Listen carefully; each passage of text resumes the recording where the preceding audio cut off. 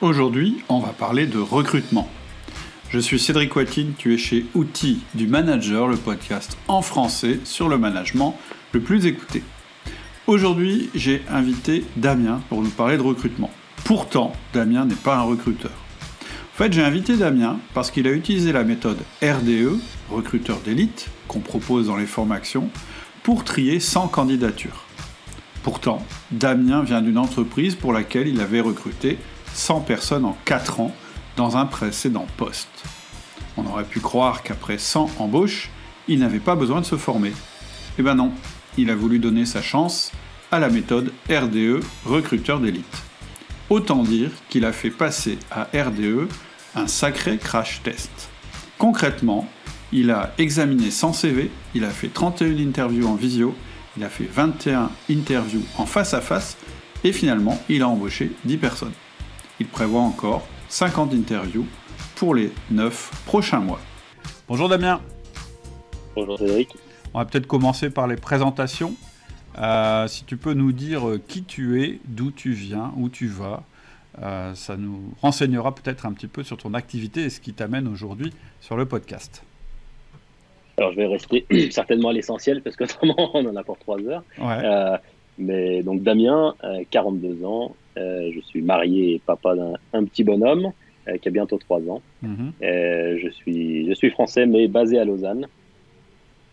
Mon histoire, on va dire surtout un penchant académique au départ. Donc moi pas du tout dans le business et surtout dans le commercial comme je suis aujourd'hui. Mais j'ai fait un pivot dans ma vie à un moment donné. J'ai décidé de devenir commercial. Donc j'ai été sur le terrain, pas en France. J'ai vendu dans les pays nordiques, dans les Baltiques et puis en Pologne. Et puis j'ai évolué très vite avec des postes de management qui étaient. Alors j'ai eu un peu de chance par rapport à tes podcasts que j'ai beaucoup écoutés. Je n'ai pas eu d'autorité de compétences parce que j'étais pas un champion du monde de la vente. Mais voilà, j'ai appris pas mal de choses sur le terrain et j'ai pris des responsabilités au sein d'une compagnie qui est près de Lausanne ici, qui s'appelle Sofiel Genetics, où j'ai été leur directeur des ventes pendant plus de 4 ans.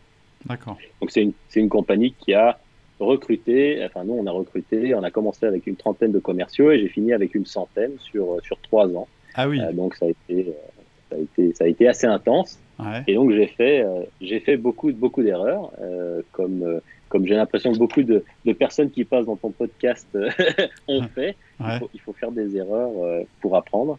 Et donc depuis le début de cette année, j'ai lancé, milieu de l'année, j'ai démarré ma propre compagnie. Donc je suis entrepreneur depuis quelques temps avec un collègue qui lui est un entrepreneur averti. D'accord. Et j'ai décidé, parce que j'ai eu la chance de découvrir tes podcasts, que le recrutement était trop essentiel pour le faire comme je le faisais avant, c'est-à-dire gut feeling, déstructuré, basé un petit peu sur l'aspect émotionnel et motivationnel qui au final n'est pas ce qu'on nous vend un petit peu dans les podcasts un petit peu, j'appelle ça bling bling, surtout sur le monde de la start-up, qu'il faut recruter des gens motivés.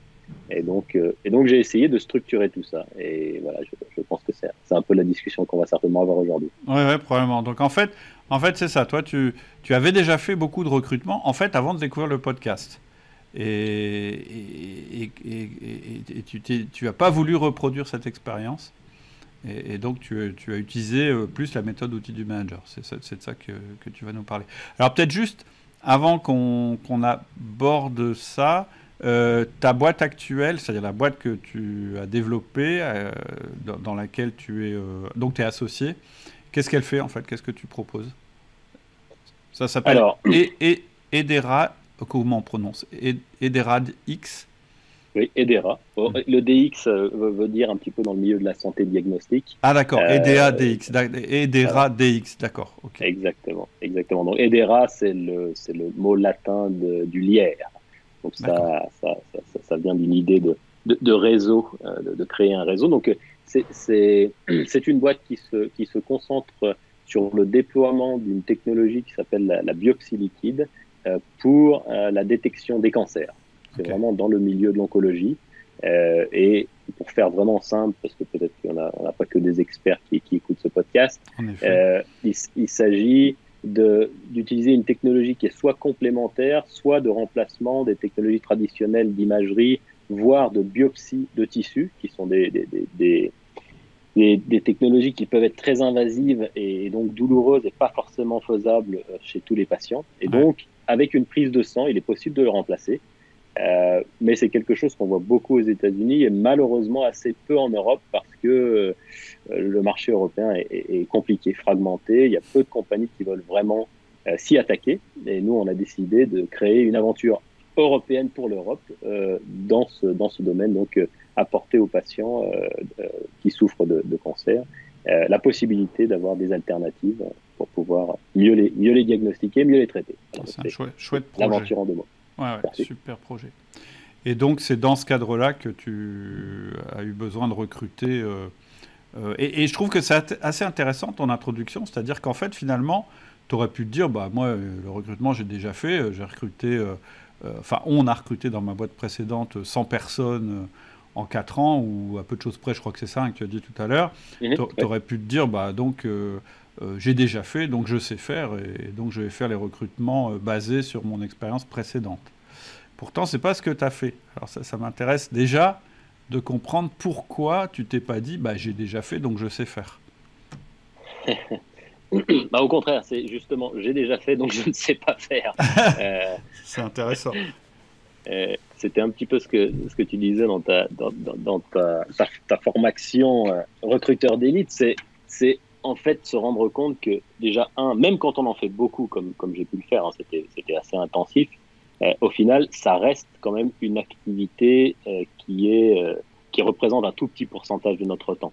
Donc, qu'on fait un petit peu parce qu'il faut le faire, qui est soit parce qu'on a besoin de faire grandir l'équipe, soit on a besoin de remplacer quelqu'un, et ça, on peut peut-être venir sur ce sujet plus tard, puisque ça, je pense que c'est peut-être une erreur, effectivement, qu'on fait assez souvent. C'est juste de remplacer quelqu'un par un peu la même personne, en tout cas, on croit qu'on doit remplacer par la même personne.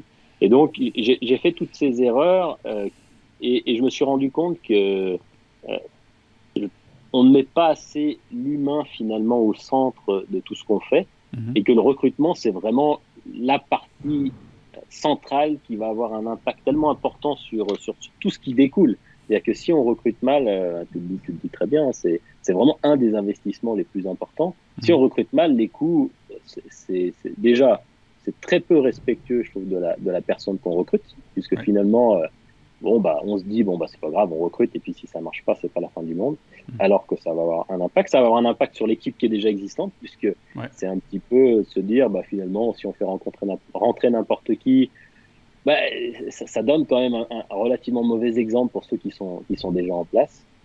Et puis le coût de faire rentrer quelqu'un, le coût de faire sortir quelqu'un, de recommencer le processus, c'est toutes des choses que j'ai vécues échelle 10, parce que quand on embauche autant, ça veut dire qu'on débauche autant. C'était quand même une expérience enrichissante mais douloureuse. Et j'ai décidé de ne pas refaire la même erreur. D'accord, ok. Je comprends.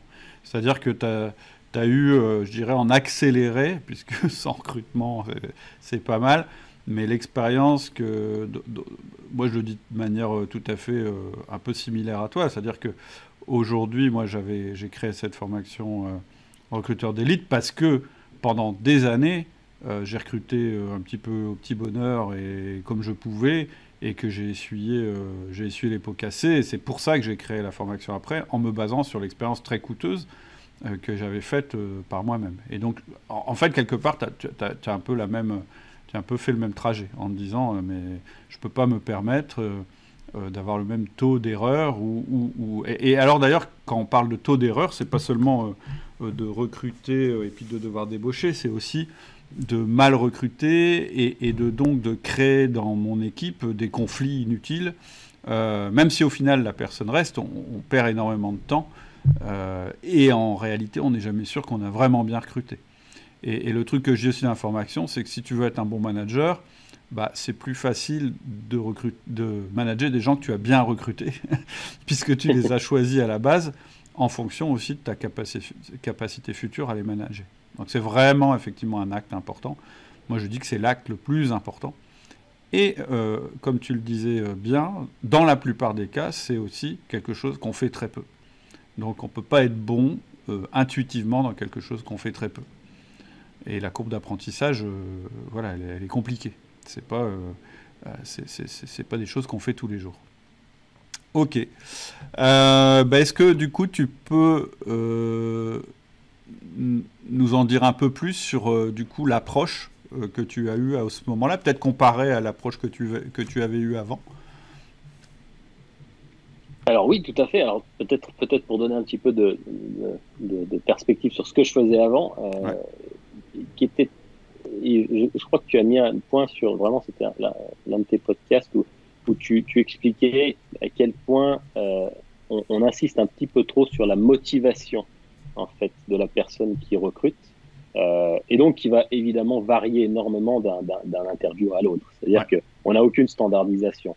Donc il y a des jours où on va être avec une motivation d'enfer, et peut-être que là on va faire un mauvais recrutement parce qu'on est de super bonne humeur et tout va bien, et voilà, super, le candidat est tombé au bon jour au bon moment, et à l'inversement on va être crevé, et on va se retrouver avec un interview. Je me rappelle en avoir fait un comme ça un vendredi soir, je devais être 18-19 heures après une semaine de folie, et ça a dû être l'un des plus mauvais recrutements que j'ai fait toute ma carrière, qui a été assez catastrophique.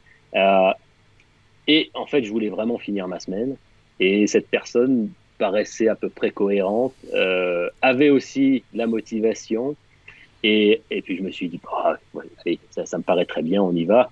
Et j'ai ramassé des pots cassés pendant quelques mois. Ouais, c'est ça. Donc ça c'était vraiment ce que je faisais avant, et qui était d'arriver dans un interview finalement pas préparé. Et ça, je pense que ça peut pas marcher. Ça peut pas marcher parce que d'un côté, comme je l'ai dit, on peut pas avoir la patate tout le temps. Et de deux, si on veut vraiment trouver les champions, parce il faut savoir ce qu'on veut, si on cherche les champions, mais il faut être capable de les détecter. Et ça, on peut pas le faire juste au gut feeling, parce que ça ne peut pas fonctionner. Donc c'était vraiment cette partie déstructurée. Donc il me faut quelqu'un. Je vois des CV.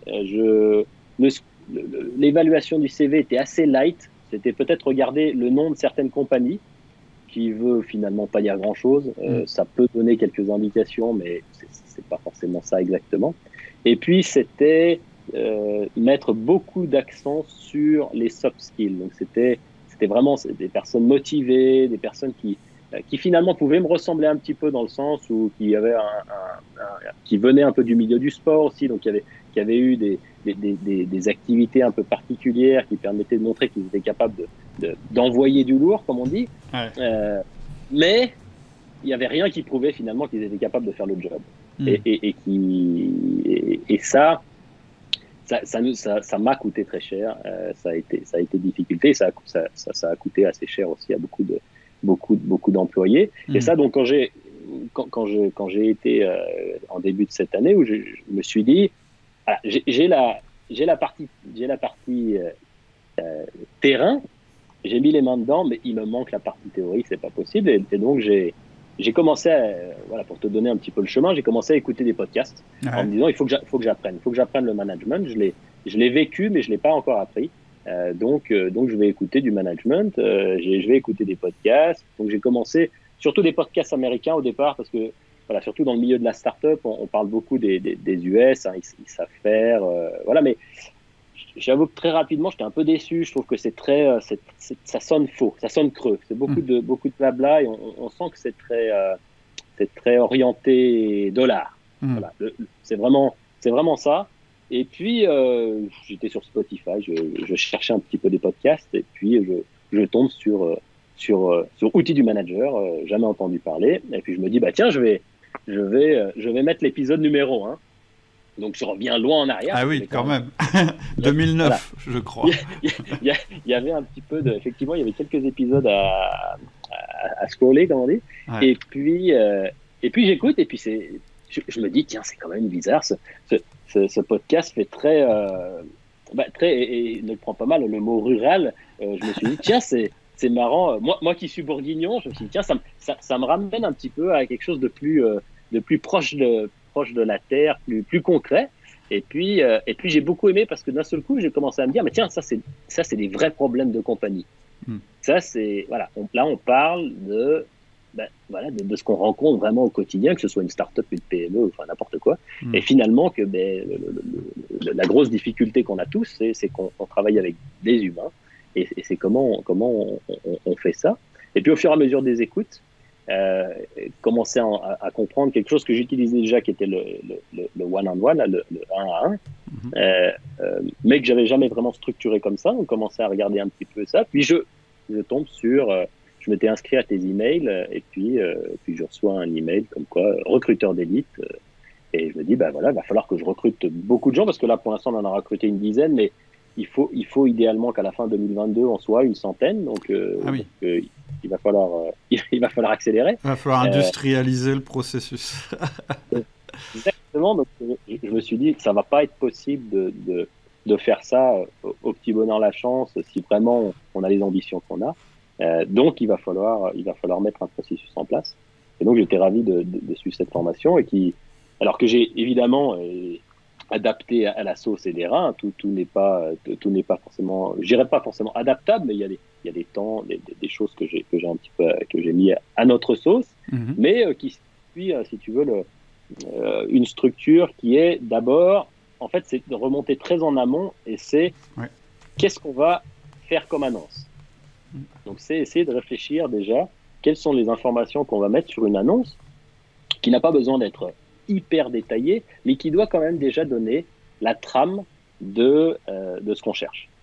Et qui doit aussi être assez explicite sur un certain nombre de choses.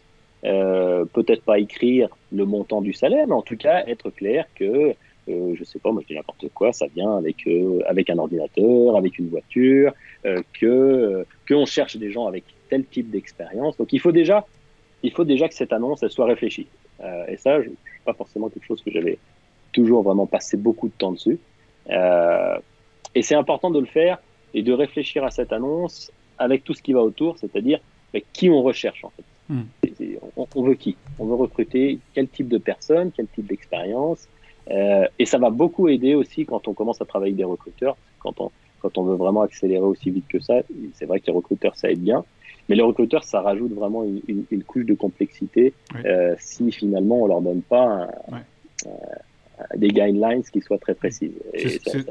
C'est ce qu'on fait dans la formation, c'est-à-dire que déjà, effectivement, comme tu le dis, on démarre très en amont parce qu'on dit déjà le contour du poste. C'est-à-dire qu'à chaque fois qu'on fait un recrutement, alors toi, là c'est très massif, ton opération, mais je dirais si je remets dans le contexte de quelqu'un qui doit faire 1 ou 2 recrutements, avant déjà de déterminer le poste, c'est de se dire mais c'est quoi la future équipe que je veux et qui j'ai dans l'équipe aujourd'hui et comment je vais intégrer là. C'est-à-dire moi, j'encourage vraiment à démarrer très très en amont et ensuite effectivement du coup définir le poste de manière assez précise, comme tu viens de le dire. Et plus tu vas faciliter le travail de l'agence de recrutement que tu vas utiliser, plus tu réduis la complexité. Parce qu'en général, quand tu arrives mal préparé déjà à l'agence de recrutement, si tu utilises une agence de recrutement, ça va être très compliqué. Parce qu'en fait, ils ont des canevas qui ne vont pas forcément correspondre à ce que toi tu veux. Alors que si tu arrives avec une idée très précise, ça les arrange déjà, ça leur fait du boulot en moins. Du coup, accessoirement, tu peux négocier bien mieux leur coût. On explique en détail comment faire pour négocier le coût dans la formation, mais parce que tu as fourni un travail préalable, en effet. Donc toi tu passes, c'est-à-dire tu prépares, mais tu passes quand même après par une agence? Oui. D'accord. Alors on a les deux, mais on se rend compte que on recherche quand même des profils qui sont très très spécialisés. D'accord. Et qui sont pas nombreux, donc il faut quand même passer. Les agences sont quand même très très utiles pour ça. Okay. Mais il faut quand même avant l'agence, il faut quand même avoir réfléchi effectivement à l'annonce, et ça vient même un petit peu plus loin. Je dirais que ça vient avec aussi c'est-à-dire de prendre le recrutement comme la première étape, le premier contact avec la compagnie. Et donc si vraiment on veut prendre en considération qu'on veut attirer des gens, il faut aussi prendre en compte que Si on arrive sur une page web où il faut répondre à 500 questions, ou que c'est organisé d'une façon très, très, très compliquée sur un site web et tout, déjà, ça donne pas forcément l'image d'une compagnie flexible, d'une compagnie qui est moderne. Et donc, il faut déjà réfléchir à ça. Nous, on a investi assez tôt dans un outil qui nous permet déjà de gérer ces choses-là. Donc, d'avoir un petit outil en interne qui nous permet de recevoir les CV, de les traiter, d'automatiser aussi un certain nombre de choses qui est, voilà, on a 2 jours pour répondre pour faire l'évaluation d'un CV, on a moins d'une semaine pour répondre aux candidats, toujours répondre aux candidats. Alors ça, c'est incroyable le nombre de compagnies qui finalement ne répondent jamais aux candidats. On peut envoyer des dizaines de CV et on reçoit jamais de réponse. Et ça, je trouve que c'est toujours vraiment, vraiment peu de respect pour les personnes qui ont quand même fait l'effort d'écrire un CV, d'écrire une lettre de recommandation. Donc ça va à ce niveau-là. C'est-à-dire, voilà, on a une annonce, on doit avoir une expérience intéressante pour le candidat qui postule, qui pose son CV, qui doit avoir une réponse dans un temps imparti. Et ensuite, on rentre dans un processus qui est un processus qui est d'abord d'évaluation du CV et qui commence. Donc, on a créé, je dis on parce que j'ai la chance d'avoir une directrice des ventes que je connais depuis quelques années qui m'a rejoint. Et j'ai pu très rapidement, grâce au processus que j'avais mis en place, l'onboarder aussi vite. Ouais. C'est-à-dire qu'elle a pu reprendre finalement une partie des recrutements très rapidement parce que j'avais créé un certain nombre de fiches de description métier, du processus de recrutement. Il n'y avait plus qu'à reprendre finalement ce flow qu'on a fait avec une transition et qui s'est fait assez facilement. Et donc, on commence par évaluation du CV. Et pour ça, on va commencer à regarder quelque chose de très utile. C'est les débuts et fins de date de chaque position qui ont été faites. Et alors ça, je sais que tu insistes dessus. J'avais toujours jeté un coup d'œil, mais j'avais jamais passé autant de temps. Et j'avoue que le dessiner sur une feuille de papier, ça met en perspective vraiment tout de suite le type d'expérience que le candidat ou la candidate a, avec des surprises. C'est-à-dire que parfois, quand on regarde un CV très rapidement, on va se dire tiens, super, il a une grande expérience parce il ou elle a écrit 25 lignes sur finalement 6 mois de stage. Et donc, on peut avoir de mauvaises surprises si on ne va pas dans le détail. Ouais, en fait, il faut savoir que d'une manière générale, l'être humain, j'en parle aussi dans les formations sur la gestion du temps, n'a pas une vision précise du tout et exacte du tout du temps, d'une manière générale. Déjà, alors, on est assez inégaux, des gens qui sont plus handicapés que d'autres à ce niveau-là. Moi, de ce côté-là, je n'étais pas très fort à la base. Et donc, effectivement, représenter graphiquement... parce que le problème, quand tu vois un CV, comme tu le dis, quand il y a une masse d'informations, même si les dates sont rapprochées, dans ton esprit, ça traduit en... Ça, c'est une grosse partie de son expérience. Et après, quand tu remets ça sur du graphique, tu dis, comme tu viens de le faire, tu dis, ah non, en fait, ça, c'est 4 mois. Et le truc où il met 3 lignes, en fait, ça, c'est 3 ans. J'exagère, mais en fait, c'est ça le principe. Donc, c'est vraiment un exercice intéressant à faire. Et ça va assez vite. Mais ça permet de gagner beaucoup de temps par la suite. Alors, ça va assez vite, pas toujours. C'est ça qui est intéressant, c'est que parfois, et souvent, c'est un gros red flag, c'est que quand je mets 20 minutes à essayer de comprendre... les différentes étapes entre les jobs, c'est là où il y a déjà un gros questionnement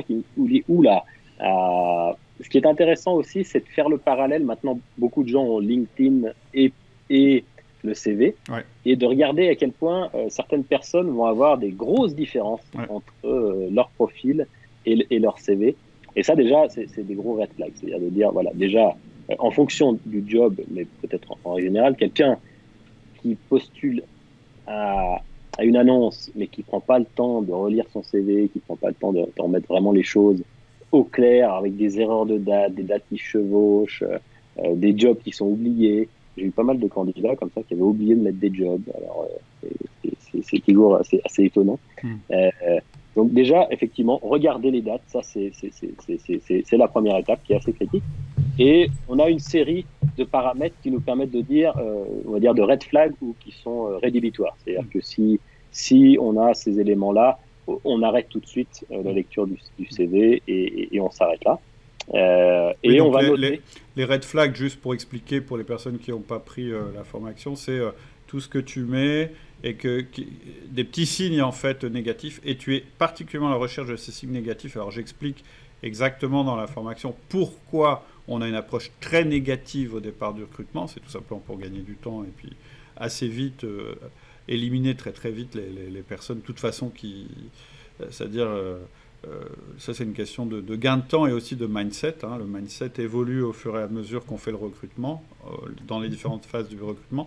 Mais en tout cas au début on est surtout sur du rouge, sur des red flags. Et donc effectivement un CV où tu as à la fois des erreurs, à la fois c'est pas tout à fait la bonne expérience, etc., etc. C'est ceux que tu vas éliminer le plus vite possible. Quand tu parles de red flags, c'est de ça que tu parles. Ou ce seront des choses à clarifier en entretien. Alors tout à fait. Oui, il y a des red flags qui sont plutôt des questionnements. Ouais. Il y a quelque chose que je ne comprends pas sur le CV. Et dans ce cas-là, ça c'est quelque chose à creuser. Et puis des red flags qui sont rédhibitoires où là on ne peut pas aller plus loin. Et un CV qui est aussi désorganisé où je vais prendre 20 minutes pour comprendre l'évolution d'un job à l'autre. Ça, en règle générale, c'est rédhibitoire. Il y a un problème. Là. Soit la personne n'a pas passé assez de temps dessus. J'ai eu des candidats comme ça qui m'ont dit ouvertement, moi je suis très attentif aux détails et j'avais le CV devant les yeux en disant c'est intéressant, mais là il y a au moins 3 erreurs de date. Donc il faudra m'expliquer comment on peut être attentif aux détails et avoir des erreurs pareilles. Donc ça c'est la première partie. On fait une notation, on note les CV. Donc on a un certain nombre de critères qui sont évidemment il y a des critères de langue parce que pour nous c'est important, mais il y a aussi des critères d'expérience, des critères de si les responsabilités du candidat étaient bien décrites dans le CV.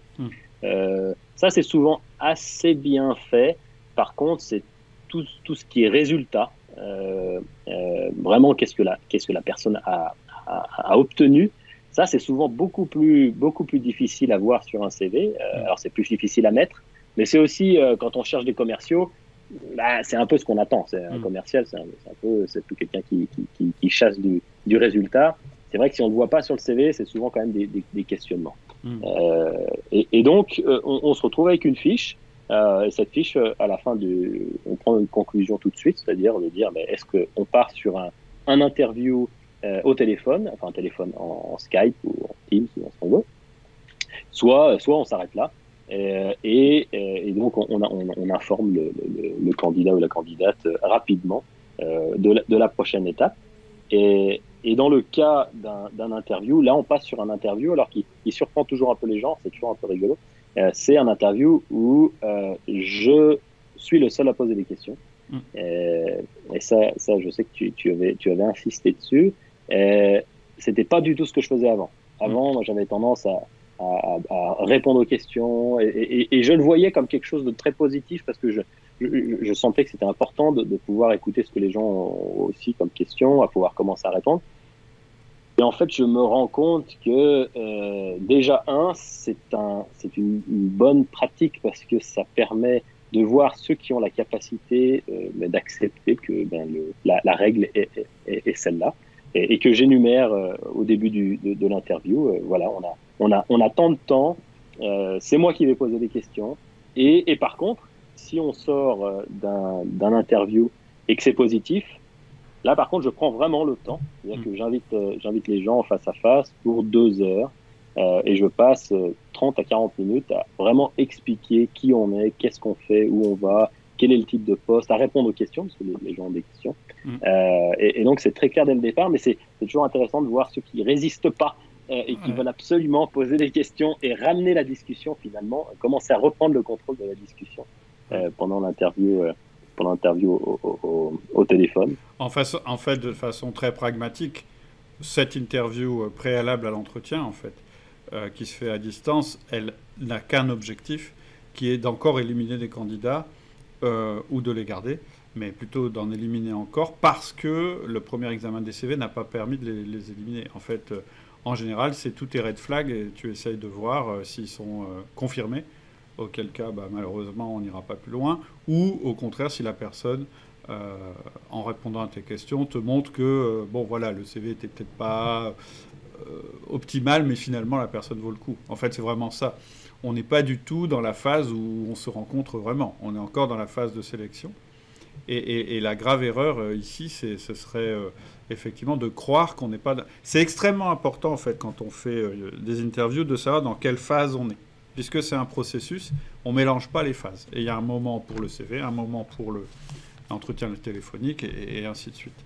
Et parce qu'il y a une problématique de volume, très clairement. Hein. Moi, je ne sais pas si tu peux donner des chiffres, mais je crois qu'en termes de volume, ça t'a permis quand même de traiter beaucoup de candidatures de manière très accélérée, hein, de suivre le processus recruteur d'élite. Alors, ça permet... on a fait à peu près une centaine de CV. Quand même, ouais. Sur ces 100 CV, on en a sélectionné 30 pour les interviews. Le premier interview, qui descend ensuite à une vingtaine d'interviews face à face. Donc, il y a quand même déjà une grosse sélection qui est faite. Et ensuite, sur le face à face, on a encore... C'est là soit on doit améliorer nos étapes de sélection avant, soit on se rend compte aussi que, mais à un moment donné, rencontrer la personne et passer vraiment du temps à discuter, ça permet de se rendre compte, aussi pour le candidat parfois, le candidat ou la candidate va se rendre compte que finalement, c'était peut-être pas l'endroit pour lui ou elle. Mais voilà, on passe d'une centaine il faut à peu près, pour embaucher une personne, il faut à peu près 10 candidats dans la pipeline. D'accord. Donc ça fait du boulot. Mais je sais que, cette structure nous permet de voir plus de candidats. Ouais. Peut-être, finalement, d'embaucher moins de personnes, mais d'embaucher mieux. Oui. Ça vaut mieux. C'est toujours le meilleur choix. Ça n'a pas de prix. Ouais.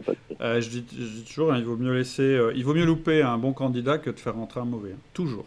C'est vraiment l'état d'esprit qui doit prédominer, qui doit être à la base l'état d'esprit qu'on se met quand on est en train de recruter.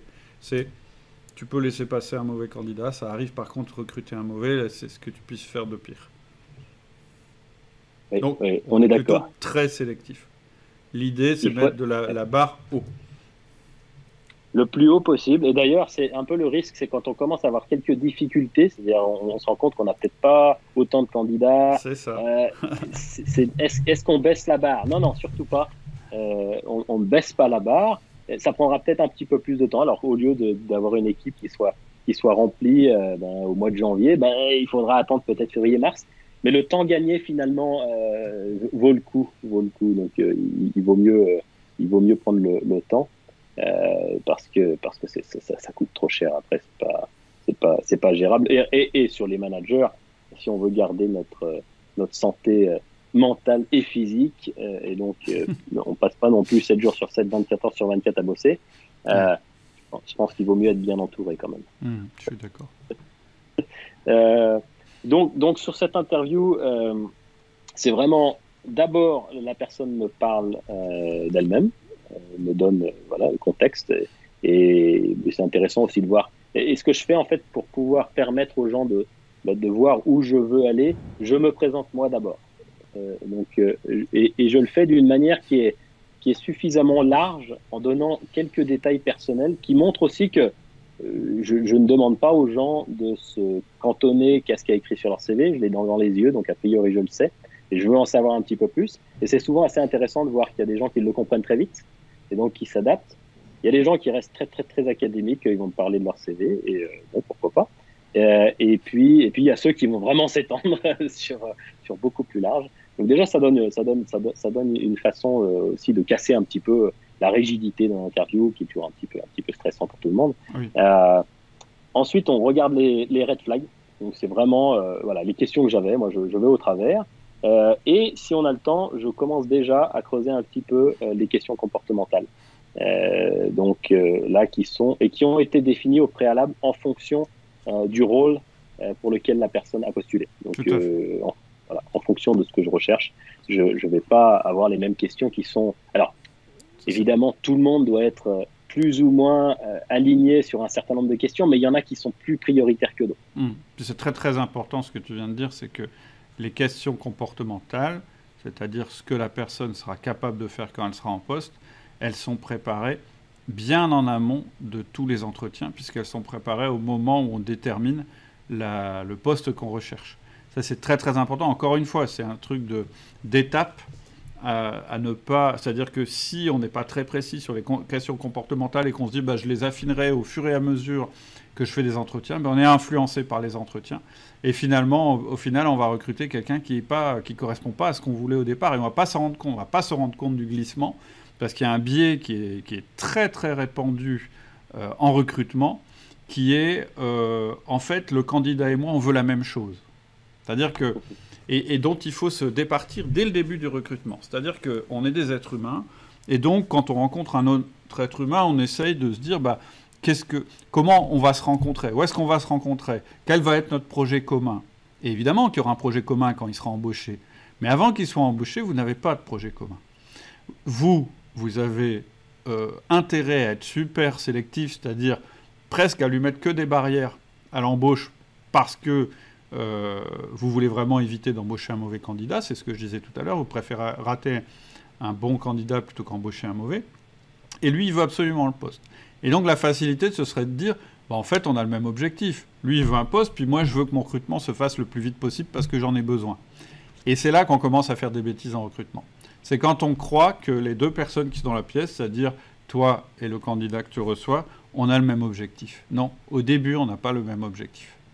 Et au fur et à mesure des étapes, on explique ça plus en détail dans la formation, petit à petit, avec les gens qui restent, là, on s'approche. Là, on commence à se dire, tiens, là, ça y est, on a le même objectif. Mais jamais au début. La grande erreur, tu l'as dit tout à l'heure, toi, tu es parti de 100 CV, et à la fin, tu as recruté cette personne. Donc, ça veut quand même dire que pour 93 personnes, tu les as éliminées. Donc 93 personnes avaient un objectif totalement différent du tien. Oui, on est tout à fait d'accord. Et pour te donner un exemple très concret aussi de la puissance de structurer, c'est que j'ai appliqué aussi cette méthode à quelqu'un que je connaissais. Ok. Donc c'est pas uniquement des gens que je ne connais pas. J'avais une personne que je connaissais, il se reconnaîtra, et avec qui j'avais déjà travaillé, mais dans un contexte un petit peu différent. Et c'est pas moi qui l'avais recruté. Et donc pour moi, dans ma tête, il était trop junior pour le poste pour la position que je recherchais. Mais je me suis dit, on va voir ce que ça donne. Je vais vraiment partir de zéro. Je le traite comme si c'était un candidat que je ne connaissais pas. Et cette façon structurée m'a permis vraiment de découvrir qu'en fait, cette personne déjà avait probablement été sous-utilisée dans le passé, et de se rendre compte que ça cochait toutes les cases. Et c'est l'un de mes meilleurs recrutements là, depuis. Voilà, on est complètement alignés, les choses se passent super bien. Et c'est, là, pour moi, ça a été... Je dirais, c'est encore plus déclencheur que le reste, parce qu'on pourrait se dire, je ne connais pas les gens, j'ai besoin d'une structure. Mais là, c'est de se dire, ne mettons pas l'aspect émotionnel là-dedans, qui aurait pu me biaiser le côté négatif, c'est-à-dire de me dire, non, c'est peut-être un peu junior, là, ça ne va pas fonctionner. Non, c'est... Ou l'inverse. OK. Ou l'inverse, exactement. Et là, c'est, non, on met les choses à plat, on est sérieux, et de se rendre compte, et voilà, ça a permis de découvrir beaucoup de choses, et finalement, qui lui a permis lui aussi de se rendre compte que il y avait un alignement qui était peut-être plus profond que celui qu'il pensait au départ. Donc c'était très positif. Alors, très clairement, pour ceux qui restent, et donc c'est eux qui sont importants, ceux que tu vas recruter, en fait, l'expérience, même si elle n'est pas très agréable au début, le fait d'être dans les 7 qui restent, au contraire, du coup, c'est d'autant plus pour eux un bonheur, et ça fait partie de l'onboarding de se dire, ah ouais, j'ai été sélectionné sur autant de personnes, c'est qu'on a vraiment pris en compte l'adéquation entre ce que je serais capable de faire et ce qu'on va me donner à faire, etc. etc. Ce que je veux dire, c'est que là aussi, il ne faut pas faire d'erreur. Je le disais, il faut être ultra sélectif. Et donc, comme objectif, c'est d'éliminer le maximum de personnes, parce qu'on mettra justement plus d'énergie et plus d'intérêt aux personnes qui sont retenues à la fin. Et puis, évidemment, toutes les personnes que tu n'as pas retenues, tu leur expliques pourquoi, enfin, tu leur proposes effectivement de leur expliquer pourquoi elles n'ont pas été retenues. Il ne faut pas non plus... c'est-à-dire c'est la manière, je dirais, positive de permettre à la personne de continuer à chercher un emploi et voilà, qu'elle ne se sente pas rejetée sans aucune raison. Ça, c'est vraiment important de pouvoir le faire, si la personne le désire. Alors, tu as raison. Ça, c'est une chose que je faisais pas du tout avant. C'est que, qui est expliqué d'ailleurs au début de l'interview qui est fait au téléphone, c'est, écoutez, si par hasard le résultat de cette interview est négatif, dans ce cas-là, moi, je suis content de passer 15-20 minutes si vous le désirez, à vous expliquer le pourquoi vous n'avez pas été sélectionné. Et si vous avez des questions sur CV ou autres, je peux arrêter. Ce qui est assez intéressant, c'est qu'il y en a très peu qui le prennent. Ah oui, c'est dommage. Donc, sur à peu près 15-20 personnes à qui je vais me proposer, je pense qu'il y en a à peu près 3 qui l'ont accepté. Mais est-ce que lorsque tu leur as indiqué, en les appelant, leur envoyant un message qu'ils n'étaient pas retenus, tu as quand même juste mis une formule en expliquant pourquoi? Ou est-ce qu'il n'y avait pas d'explication du tout? Est-ce que tu disais simplement, bah non, vous n'êtes pas retenu, vous pouvez m'appeler si vous voulez que je vous explique pourquoi? Alors au départ, la première présentation, c'est de leur dire à la fin, je peux vous donner 15-20 minutes. Ouais. Si je ne les sélectionne pas, non, il n'y a pas de raison par écrit. D'accord. Parce que j'ai pas vu vraiment l'intérêt de le faire là. Je préférais donner l'opportunité aux gens de saisir soit une chance d'avancer. Alors je sais que toi, tu proposais d'appeler directement les gens. Ouais. Je ne le fais pas après. Est-ce qu'il faut que je le fasse dans le futur? Pourquoi pas. Après, le protocole que je donne, il est très... J'explique ce qu'il faut dire et c'est assez bref, ça prend pas énormément de temps, mais effectivement, je pense que c'est... Bon, voilà, c'est l'option qui me paraît la plus respectueuse de la personne, tout en n'étant pas à nouveau impossible à mettre en pratique par manque de temps. Oui, moi je suis parti, c'est vrai, sur la possibilité de donner 15-20 minutes si les gens le désirent, et ceux qui le désirent, ça s'est bien passé, ils en étaient assez satisfaits. Bon, il y a aussi une partie qui fait que comme on passe au travers de recruteurs, la discussion est un tout petit peu moins directe avec le candidat final. J'essaye quand même de respecter le plus possible cette étape intermédiaire qui est le recruteur, qui rend pas toujours les choses faciles, mais oui, mais il y a encore plein de choses à améliorer, donc on va pas s'ennuyer. Mais donc par contre, effectivement, comme tu le dis, il y a une sélection qui est drastique. Par contre, ceux que je vois en face à face, je passe vraiment du temps avec eux. Ouais. C'est-à-dire que là, je vais vraiment passer un temps que je n'ai pas passé du tout avant. C'est-à-dire qu'avant, c'était vraiment très, très, je dirais presque froid. Mais il y a un objectif. L'objectif, c'est de faire que les gens qui sont en face de moi, c'est des gens que je veux pratiquement, je dirais pas déjà embaucher, mais je vais passer du temps parce que je sais qu'il y a déjà une sorte d'alignement. Ça ne veut pas dire que l'alignement est parfait, mais il y a déjà un alignement et qui fait que ça vaut le coup que je passe du temps, que je passe 30 à 40 minutes à vraiment répondre à leurs questions, à aller dans les détails de ce qu'on fait, de ce qu'on veut faire. Et puis là, par contre, de creuser très fortement des questions comportementales. Donc là, c'est vraiment ce qui m'intéresse, c'est comprendre qu'est-ce qu'ils ont fait dans le passé, qui va me permettre. Alors c'est toujours la difficulté, c'est que on sait très bien que la performance est dépendante du contexte, ça il y a pas photo, et surtout chez les commerciaux, c'est encore plus fort. On l'a vu, des très bons commerciaux qui arrivent dans un contexte différent, qui d'un seul coup ne performent plus, et l'inverse évidemment. Donc ça rend la chose un petit peu difficile, mais il y a quand même un moyen de voir si, je dirais, les réflexes sont là, les comportements, et quand on a besoin de gens qui sont organisés, c'est assez facile de déterminer assez rapidement si les personnes sont motivées au résultat, et puis de voir aussi est-ce qu'on est tous alignés sur les définitions. C'est-à-dire que on va parler de gens qui doivent être, on dit result focus, mais on n'est peut-être pas tous avec la même définition. C'est-à-dire qu'il y a des gens qui vont dire oui, moi je me suis battu, j'ai passé 2 coups de fil et puis ça n'a pas marché. Et puis peut-être que moi, ma définition, c'est j'ai passé 15 coups de fil, 22 emails. Et ça, tu l'as à tous les niveaux. Hein. Tu l'as sur effectivement les adjectifs qu'on peut utiliser pour se qualifier ou qualifier son action, mais tu l'as même aussi au niveau des contenus de poste. C'est-à-dire le gars, il t'a écrit j'étais directeur des opérations. Et en fait, quand tu arrives sur le comportemental, et c'est pour ça que c'est très important d'aller là, tu te dis, mais en fait, ce qu'il est en train de me décrire, c'est pas du tout un poste de directeur des opérations chez nous. C'est probablement un poste de directeur des opérations là où il était avant, mais pas du tout chez nous. Donc cette phase, et là, il faut passer du temps. Mais comme tu peux pas, tu vois, tu pouvais pas passer 40 minutes ou 1 heure avec 100 personnes. Donc c'est pour ça que la sélection elle est drastique au début. C'est justement pour te permettre de bien être à l'aise pour la suite. Et là, on change de mindset. Petit à petit, on n'est plus dans le « je dois éliminer des candidats », etc. On commence à s'approcher, mais on n'est pas encore « je vends le poste ».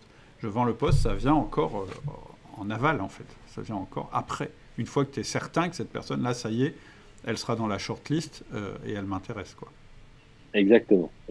Donc là, c'est vraiment... Et là, quand on sort de ces 2 heures, voilà, là, je sais si vraiment j'ai envie d'aller plus loin et j'ai pas besoin de plus. Alors, ça m'arrivait avec 1 ou 2 où j'avais encore, pas des réserves, mais des zones d'ombre où je me suis dit, là, j'arrive pas à moi creuser, donc j'ai fait intervenir quelqu'un d'autre, à me dire, bah, tiens, est-ce que quelqu'un peut creuser sur cette question-là, parce que j'y arrive pas, moi je trouve pas la solution et je pense que le candidat est intéressant, mais il manque quelque chose pour être sûr. Et dans ce cas-là, quand on a levé vraiment tous les doutes, eh bien là on peut avancer, faire une offre et puis embaucher. Mais comme d'habitude, les choses ne s'arrêtent pas là. Et quelque chose qui est aussi quelque chose que moi j'avais vécu, qui était assez douloureux pour pas mal d'employés, qui est vraiment la partie onboarding. C'est-à-dire qu'il faut déjà réfléchir. Il faut déjà réfléchir au moment où la personne va commencer. Et je trouvais qu'il y avait quelque chose qui était très intéressant de leur demander pendant cette interview face à face, c'est comment eux voient leur premier mois de travail, leur premier mois idéal, et qu'est-ce qu'ils pensent vont être leurs plus gros challenges. Et là, ça permet finalement de définir les points sur lesquels il va falloir insister. Et c'est vraiment intéressant parce qu'il y a des gens qui vont avoir besoin d'un suivi très très très proche. Donc moi, il faut que dès la première heure, je sache ce que je dois faire. Et c'est hyper détaillé. Voilà, et je sais qu'avec cela, il va falloir que j'ai un emploi du temps béton. Et puis il y en a d'autres, oui, alors les premiers temps, il faut que je commence à découvrir un peu les personnes, que je m'habitue et voilà, on est tous différents. Et ça, cette question-là, elle aide vachement à définir déjà comment on va mettre les choses en place. Tout à fait. Le jour où la personne va commencer. Et d'ailleurs, le onboarding, en réalité, il commence réellement vers la fin du processus de recrutement. Faut qu'il y ait une continuité, en fait. S'il y a une rupture, à nouveau, tu risques de... Alors, tu auras choisi la bonne personne, mais elle ne sera pas intégrée de la bonne manière, ce qui est un peu dommage, parce que tu es en fin de processus. Ok, super intéressant. Est-ce qu'il y a d'autres choses qui t'ont marqué, dont tu voudrais parler dans ton processus de recrutement? Ou est-ce que sinon, tu peux nous dire un petit peu, nous lister les résultats que tu as eus en appliquant la formation RDE? On a déjà évoqué des choses, mais peut-être donner un résumé. Alors, d'autres choses, non, écoute, c'est vraiment apporter cette structure et ça apporte vraiment beaucoup de calme. Moi, j'ai eu quelques interviews où j'étais fatigué parce que peut-être que mon fils m'a réveillé 4 fois dans la nuit. Voilà, ça arrive. Mais j'ai pu faire mon interview. Et il y a quelque chose que je me répète tout le temps quand je fais des interviews, c'est est-ce que cette personne peut faire le boulot ? Et pas regarder sur des détails où des fois on sent qu'on n'est pas forcément aligné au niveau comportement. Ah, cette personne-là, elle réagit comme ça. Mais à la limite, je dirais presque on s'en fout. La question, c'est est-ce que cette personne peut faire le boulot ? C'est la première question. C'est la question la plus importante. Évidemment, il y a quand même les valeurs et les comportements qu'on a, qu'on a ajoutés, mais voilà, il faut vérifier la compatibilité parce que c'est les deux choses. Est-ce qu'elle peut faire le boulot ? Est-ce qu'elle va s'intégrer à la culture d'entreprise ? Et ça, on en parle dans la formation, parce que s'intégrer dans la culture d'entreprise, ça ne veut rien dire. À nouveau, si on met, il faut être, je sais pas moi, bienveillant, ma définition du bienveillant et la définition de la personne que j'ai en face, ça peut être des définitions totalement différentes. Donc, cette question, en fait, ne veut rien dire tant qu'on ne l'a pas illustrée de part et d'autre. Donc, et à nouveau, on est sur du comportemental. Donc le maître mot, effectivement, c'est comportemental. Et je suis d'accord avec toi, quand on est fatigué, souvent, si on n'a pas de process et de guidelines, eh bien c'est là qu'on fait les pires erreurs de recrutement, parce qu'en fait, on a envie d'en finir. Et c'est là où on se dit, bah ça y est, on a le même objectif. Lui, il veut rentrer le plus vite possible, et puis moi, j'ai envie d'en finir. Et c'est là qu'on se plante, en général. Donc avoir un process, je suis d'accord, hein, ça permet quand même de réduire la charge mentale aussi liée...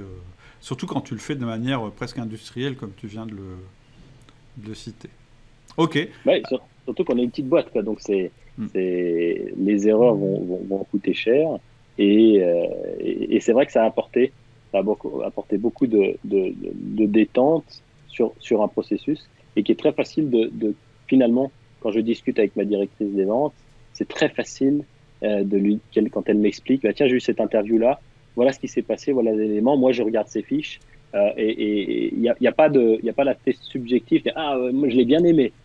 Ok, c'est super, tu l'as bien aimé, mais oui, mais est-ce que la personne peut faire le boulot? Bah ça, je sais pas trop. Alors que là, c'est très clair. Voilà les éléments qu'on a évalués. Est-ce qu'il y a d'autres éléments qu'on n'a pas regardés? Il faut qu'on regarde. Et par contre, évidemment, il y a toujours un petit aspect émotionnel. Ça, faut pas le négliger non plus. Non. Mais à partir du moment, le reste a été couvert, quoi. C'est ça. Et en fait, dans la méthode, on a une grille, c'est-à-dire que les personnes. Moi, je prends le cas aussi où en fait la personne va rejoindre une équipe déjà constituée, et je conseille que l'interview soit faite aussi par les collègues, les futurs collègues de la personne, mais pas de manière informelle, parce que ça, j'ai déjà aussi essuyé les plats de ce côté-là. Bah oui, il est sympa. Ah bah non, faut pas le prendre. Mais en fait, on ne sait pas pourquoi. Donc la méthode qui est exposée dans RDE, recruteur d'élite, c'est vraiment de dire on a la même grille, on a les mêmes questions, etc. Et on fait passer à la personne la même interview. Et ensuite, on croise et on a des critères et des notes. Enfin, on est vraiment sur quelque chose de pragmatique et pas juste « Ah oui, je le sens bien, ce mec-là, il va être bien ».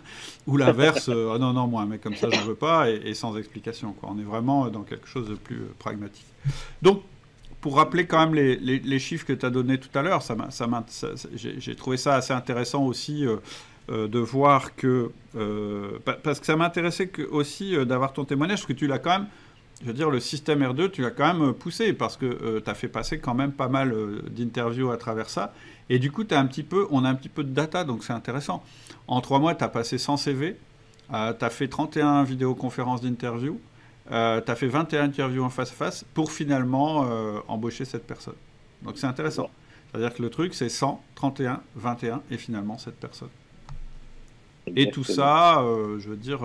en y passant un temps qui est raisonnable, hein, parce que ça va.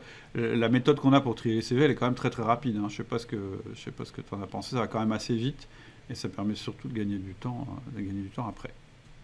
Et donc la suite, qu'est-ce que c'est il faut encore que tu en embauches combien? Alors moi personnellement, j'en ai encore une 50aine à embaucher. C'est pas mal. Mais pour la compagnie, voilà, c'est à peu près. C'est-à-dire 90 personnes de plus d'ici la fin de l'année prochaine. Wow. Donc ça avance, mais autant il y a une époque, ça m'aurait stressé. Ouais. Je me suis dit, oulala, ça va être intense. En fait, je l'aurais vu plutôt comme un exercice physique, en me disant, bon, faut que je me prépare mentalement parce qu'il va falloir y aller. Là, c'est plus, oui, il y a une méthode, il y a des CV qui arrivent, je sais exactement comment ça va se passer, je sais le temps que ça prend. C'est un temps qui est hyper important, mais comme il est bien géré, c'est pas un stress. Ça se fait bien. Et je sais que l'outcome, il est. Alors, j'ai pas beaucoup de recul évidemment sur les personnes qu'on va embaucher et qui rentrent maintenant, mais en tout cas, ce qui sort de tout ça, c'est l'impression, en tout cas, où on est, c'est d'un côté nous bien moins de stress, bien moins de fatigue, et du côté des candidats finalement, cette approche structurée rassure aussi. C'est-à-dire de dire, je sens que je suis embauché, on me fait une offre parce que ça a été bien réfléchi et qu'on est tous bien alignés. Et donc, il y a très forte chance qu'on puisse s'éclater au boulot tous ensemble et à faire avancer le schmilblick. Mais et pas cet aspect un peu... Est-ce que c'était aussi émotionnel de mon côté? Non, il y avait une structure. Et donc, ça veut dire que si on veut avancer ensemble, c'est qu'en tout cas, on va pouvoir faire un petit bout de chemin et y arriver. Donc ça, c'est vraiment chouette, quoi. En fait, donc merci pour ça, parce que c'était je vends ton truc, mais c'est vrai que cette formation, elle a mis beaucoup de structure. Il y en a beaucoup d'autres, hein, j'en ai suivi pas mal. Ouais. Mais c'est tellement clé ce recrutement que ça apporte beaucoup de sérénité. Ok. Bah écoute, c'est moi qui te remercie pour le témoignage. Hein. C'est vraiment intéressant. Tu es pas mal rentré dans le détail et ça, je trouve que c'est toujours intéressant. Ce qu'on fera de toute façon, c'est que on mettra comme toujours un lien vers le forum si jamais vous avez des questions, soit sur le processus de recrutement, soit sur la formation RDE. N'hésitez pas à poser les questions, on y répondra. Si ce sont des questions plus spécifiques sur le recrutement que tu as fait, bah, je te les transmettrai, Damien, s'il y a des choses, des précisions qui sont demandées. En tout cas, je te souhaite, je trouve que c'est une super aventure là que vous avez commencé. En plus, vous avez quand même une mission qui est chouette, hein, et puis vachement de perspectives. Je trouve que c'est pas mal. Ça fait du pain sur la planche. Et je suis content que tu puisses comme ça utiliser les outils du manager de manière intensive. Ça me fait plaisir. En tout cas, la rencontre m'a beaucoup plu. Écoute, plaisir partagé, c'est toujours rigolo d'écouter le podcast et puis finalement d'être en presque face à face. Ouais. Donc, merci pour l'invitation, c'était un plaisir. Bah, avec plaisir. À bientôt. À bientôt, Cédric. Au revoir. Voilà, c'est tout pour aujourd'hui. J'espère que la conversation t'a plu, qu'elle t'a donné toi aussi envie d'avancer en tant que manager. Si tu veux rejoindre la communauté, il y a vraiment 2 choses à faire. La première chose, c'est de t'inscrire à mes mails privés. Pour ça, il faut aller sur le site www.outils du manager. Et la deuxième chose, c'est de rejoindre le forum. C'est gratuit, ça te permettra de te présenter et puis de poser toutes les questions que tu as toujours eu envie de poser sur le management sans jamais oser les poser. Et pour ça, il faut aller aussi sur le site Outils du manager, www.outildumanager.com. À bientôt, au revoir.